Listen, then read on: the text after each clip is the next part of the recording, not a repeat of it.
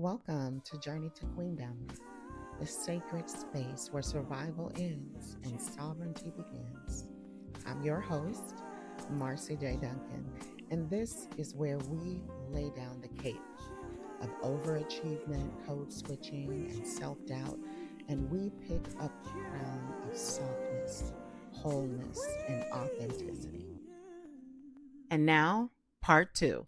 It was these narratives, these oaths, these coping mechanisms that were in play in my life, and they were popping up and misfiring in all of these places in my life, right? I started to see for the first time, I am not transparent in this relationship. He doesn't know a lot.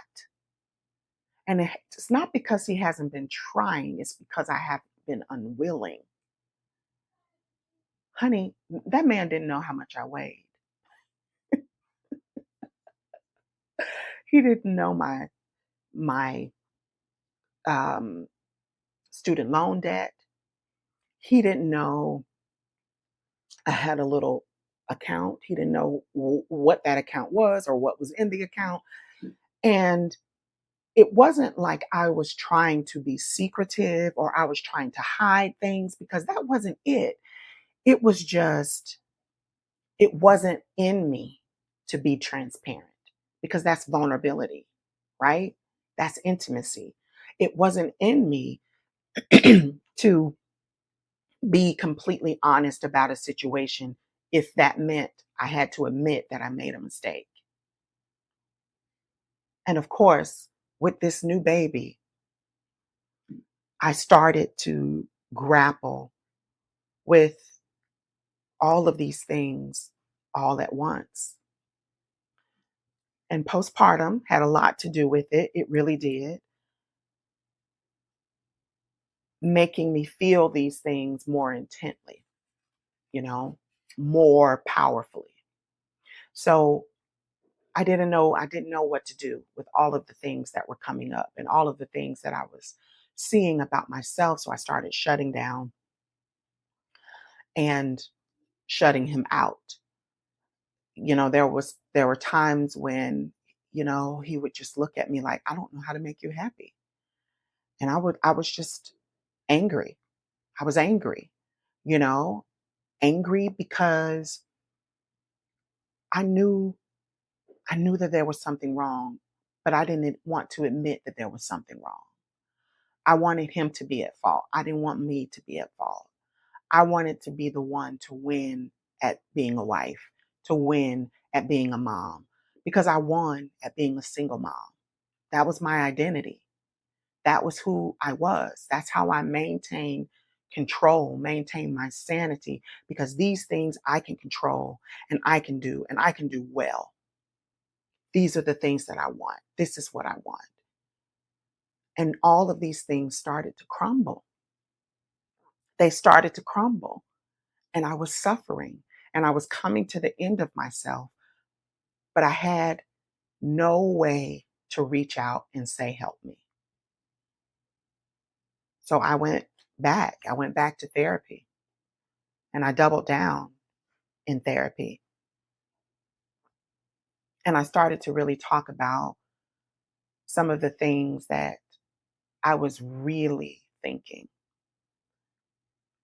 And I was transparent with her, very transparent with her in all of the ways in which, I was suffering inside of my mind and inside of my heart.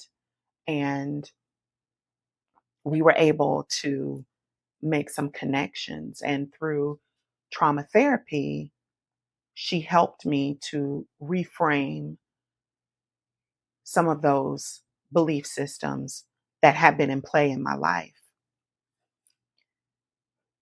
So, a part of that unlearning was to figure out what it is I actually believe to be true. And a lot of it was pretty horrible to say out loud to another human person. It was pretty embarrassing because I'm intelligent, I'm a grown woman, I know these things are abnormal, but I'm at the point, I'm desperate. I need to figure this out and I need help. I want help because I want to change and I'm desperate. So I'm going to say it. I have to tell her. I have to. And, she would ask me, have you ever had these conversations with your husband? I'm like, no, I can't. I feel like I can't do it. Like I'm unable to do it. And so she helped me to be able to get the words to communicate, to learn how to communicate, to identify what was making me so afraid, and then identify the truth of the situation, and to compare the fear to the actual truth of the situation in order to take some of the power away from the fear that was causing me to clam up, to shut out, to isolate. And that was really useful for me, really useful for me. I started this intense journey in 2023, May of 2023. By December 2023, I started to feel things that I have not felt before, like wanting to be vulnerable, wanting to admit and say to my husband what it is that I need, what it is that I want, wanting to be connected to him, wanting to share what was on the inside of me. I had never felt these things before, and I was finally having sensations in my body. They were foreign, but they felt like home. It felt right. It felt like it belonged inside of me and it needed to come out. And so a part of the trauma therapy that we did was to put side by side those fear statements and the truth statements. And some of mine, I'll share with you guys. This is the actual therapy progression notes, and she copied it for me so that I could have it. But some of the affirmations, forgive my son, he's having the time of his life, okay? Some of the affirmations were, um, I am trustworthy. I can be vulnerable with safe people. I am able to let go of things that do not serve me. People can help me as I help myself. I am able to ask for help and relinquish control to God. I can become like a baby and allow God to take care of me. I can do hard things because God protects me, because God is here with me. And I would say these things over and over and over again. And then I started writing some of my own as it pertains specifically to intimacy and um, vulnerability and reprogramming my brain and how I thought about even sex, not being a transactional act, but actually an act of care, an act of love, an act of um, compassion and passion, right?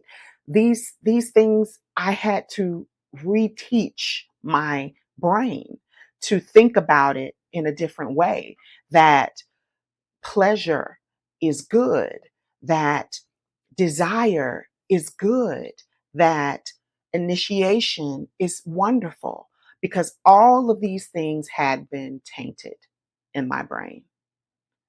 And for the first time, I am having thoughts and sensations where I want to smile, I want to flirt, I want to frolic, I want to dilly dally.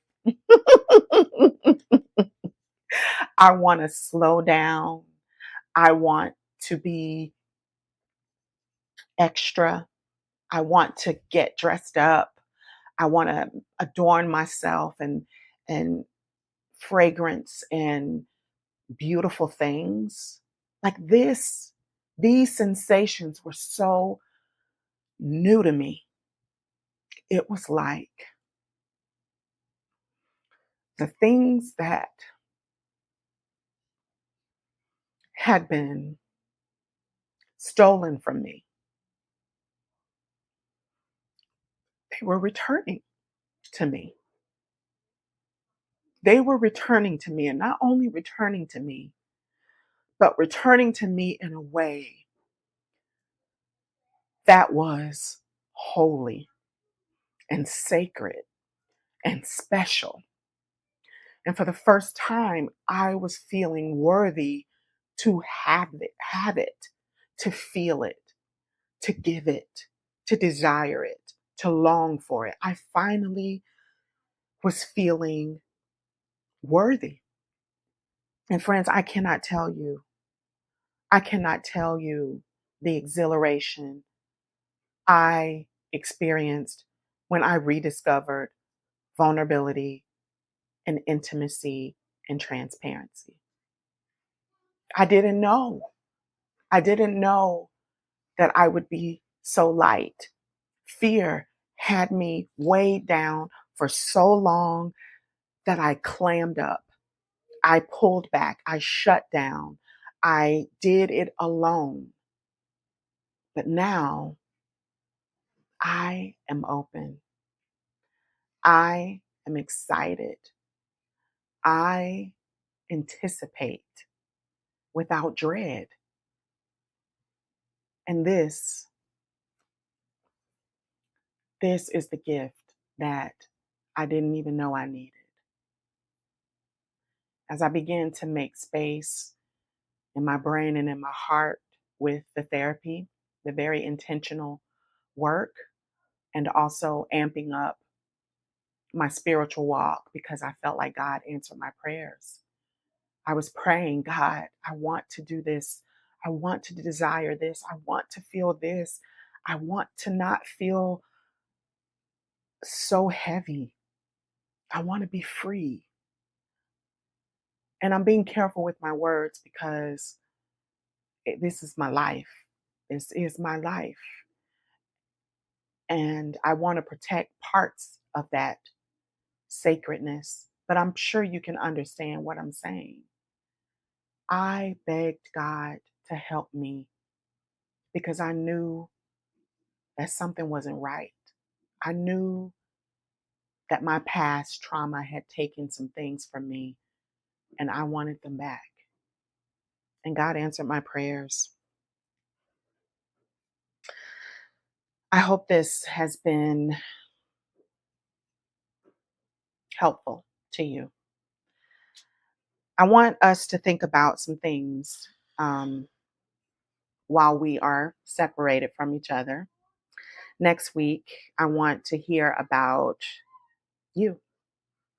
I want to hear about what you're hiding. How are you hiding in your relationships? How are you hiding in your relationships? What does true intimacy mean to you?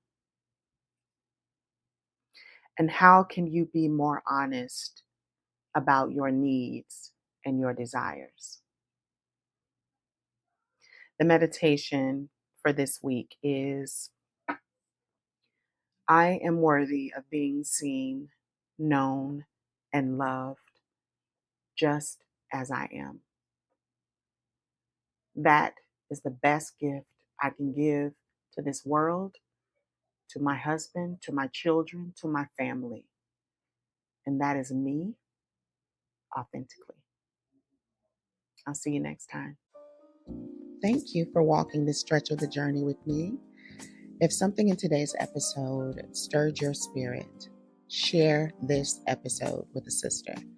Leave a review or connect with me on social media. Remember, your softness is sacred. Your healing is your birthright. And your queendom, it's already within you. Until next time, keep rising and claim your inheritance. This podcast was brought to you by Artist at Play, nurturing the artist within.